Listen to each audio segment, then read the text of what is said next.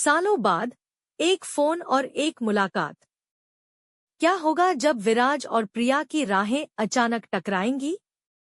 और वहीं सानवी और अयान की मासूमियत, गुस्सा और प्यार का तड़का। देखिए वो पल जो बदल देगा उनकी जिंदगी और खोल देगा सारे राज। क्या आप तैयार हैं उस रहस्य के लिए जो दिल छू जाएगा?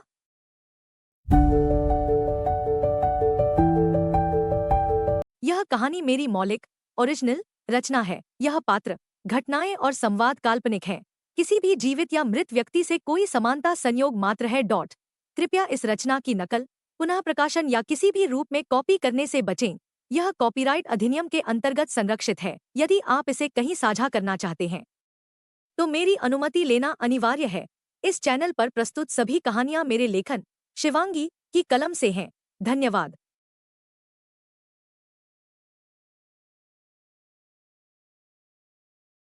एक मुलाकात। 9। सानवी अयान के पास आई और घुटने के बल जमीन पर बैठी और हल्का गुस्से में बोली, अयान, क्यों किया ये सब?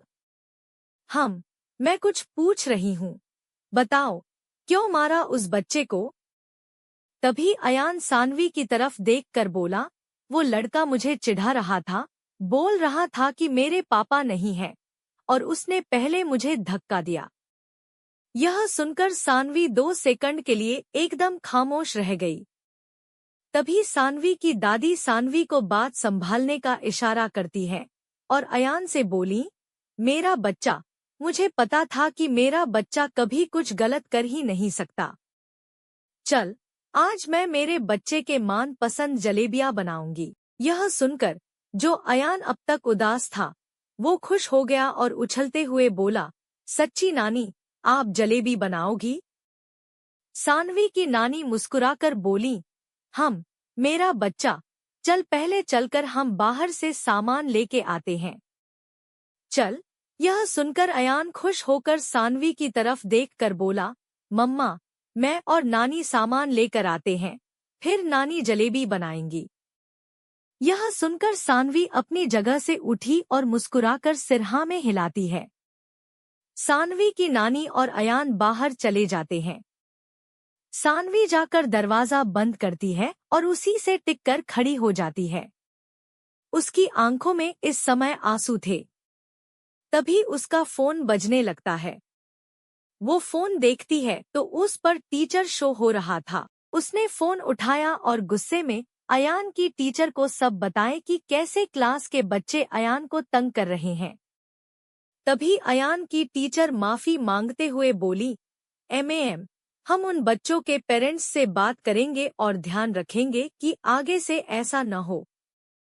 सानवी बोली, जी प्लीज, मैं अपने बच्चे को वहां पढ़ने भेजती हूँ, न कि यह सब के लिए। आप प्लीज स्ट्रिक्ट एक्शन ले और उन बच्चों के पेरेंट्स से बात करें। इतना बोलकर सानवी ने फोन काट दिया। वो अपने कमरे में आती है और खिड़की के पास खड़ी होकर किसी गहरी सोच में खो जाती है। दूसरी कहानी। एयरपोर्ट से एक लड़की बाहर निकल रही थी। उसके पीछे बॉडीगार्ड थे। वो लड़की की नजर एक आदमी पर जाती है। वो भागते हुए आकर उनसे लिपट जाती है। वो आदमी भी उसे अपनी बाहों में ले लेता है और बड़े प्यार से बोलता है, आ गया मेरा बच्चा, किसी है मेरी प्रिंसेस। यह सुनकर वो लड़की बोली, मैं ठीक हूँ दादू, आप कैसे हो? तभी वो आदमी, जो उस लड़की के दादाजी थे, मुस्कराकर बोले, मैं ठीक हूँ मेरा बच्चा। चल, अब जल्दी घर चले, सब वहाँ तेरा इंतजार कर रहे हैं। यह सुनकर वो लड़की मुस्कुराई और बोली, जी दादू, चलिए। वे दोनों गाड़ी में बैठ गए। वो आदमी आगे सीट पर बैठ गए और वो लड़की पीछे। गाड़ी जैसे चली, वैसे उसका फोन बजा। उसने फोन देखा तो अननोन नो था। उसने फोन उठाया तो दूसरी तरफ उसे एक जानी पहचानी आवाज आई, हेलो जान, कैसी हो? यह आवाज इतने सालों के बाद सुनकर वो लड़की थोड़ा शॉक हो गई। वो कुछ बोली भी तभी दूसरी तरफ बोला, मैं जानता हूँ कि तुम मुझसे आज भी नाराज हो, पर चिंता मत करना, तुम्हारी यह नाराजगी मैं जल्दी दूर कर दूंगा। बहुत समय दे दिया मैंने, पर अब नहीं। अब तुम्हें मेरा मतलब प्रिया को विराज का होना होगा। इतना बोलकर उसने फोन काट दिया। प्रिया एकदम शॉक रह गई। उसे मानो समझ ही नहीं आया कि यह क्या था। आज विराज ने सालों बाद प्रिया से बात की थी, वरना जब से प्रिया लंदन गई, विराज ने एक बार भी उसे कभी फोन तक नहीं किया। पर आज अचानक वो सोच ही रही थी कि उसके दादू बोले, क्या हुआ बेटा, किसका फोन था? तभी प्रिया बोली, वो दादू, रॉन्ग नो था, किसी ने गलती से कर दिया। क्या होगा आगे? और अब तो प्रिया भी वापस आ गई, लंदन से आ गई। आखिर क्यों अलग हुए थे प्रिया और विराज?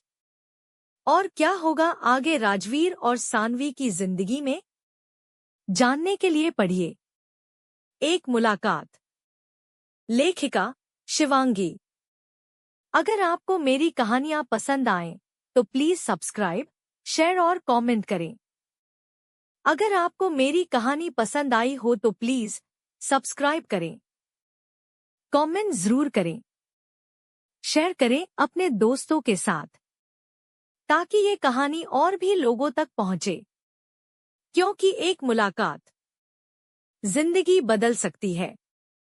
और प्लीज मेरे द्वारा लिखी अन्य कहानियां भी पढ़ें। लेखिका शिवांगी।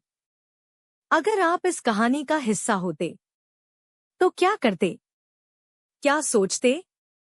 क्या बदलते?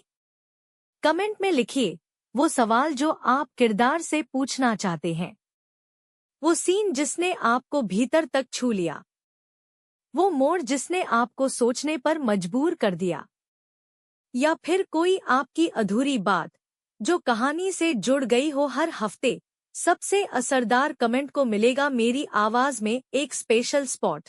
तो लिखिए दिल से, बांटिए अपने जज्बात, क्योंकि ये सिर्फ मेरी नहीं, हम सबकी कहानी है। आपका शुक्रिया इस एहसास भरी कहानी को सुनने के लिए। अगर ये कहानी आपके दिल को छू गई हो तो लाइक जरूर करें, अपने जज्बात कमेंट में बांटें और चैनल को सब्सक्राइब करना न भूलें। पूरी कहानी पढ़ने के लिए प्रतिलिपि ऐप पर जाएं और मुझे फॉलो करें। शिवांगी विश्वकर्मा। फिर मिलेंगे एक नई मोहब्बत, एक नई मुलाकात के साथ। तब तक मोहब्बत को जिंदा रखिए। आपकी अपनी शिवांगी।